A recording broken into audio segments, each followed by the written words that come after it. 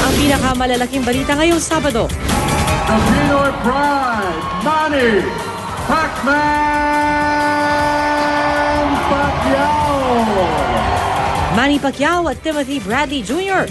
pasok sa final weigh-in para sa ikatlo nilang paghaharap. Pamilya Pacquiao, full support.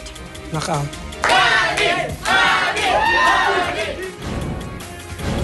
11 anyos na bata sa Laguna natagpo ang patay at may nakatusok na kahoy sa mata. Hinina lang ginahasa pa. Viral na to. Bata, sumabit sa escalator. Truck, bumiyahe sa expressway na kulang ang gulong. Desisyon ng Korte Suprema na pinapayagang tumakbong Pangulo si Senadora Grace Poe, pinal na.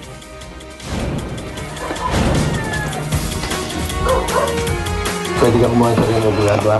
3 tulak umano ng droga, inaresto sa magkasunod na raid sa Cavite at Muntinlupa.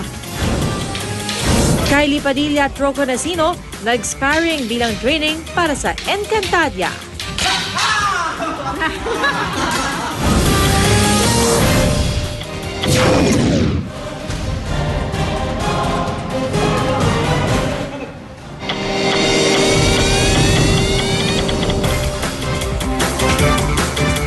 Magandang gabi po. Isang tulog na lang, masasaksihan na ang ikatlong pagharap ni Manny Pacquiao at Timothy Bradley Jr. At pinilahan ng fans at international media ang weigh-in ng dalawa. Patutunayan daw ni Bradley na kaya niyang talunin ang pambansang kamao mula sa Las Vegas, Nevada sa Amerika. Nakatutok si Mav Gonzalez.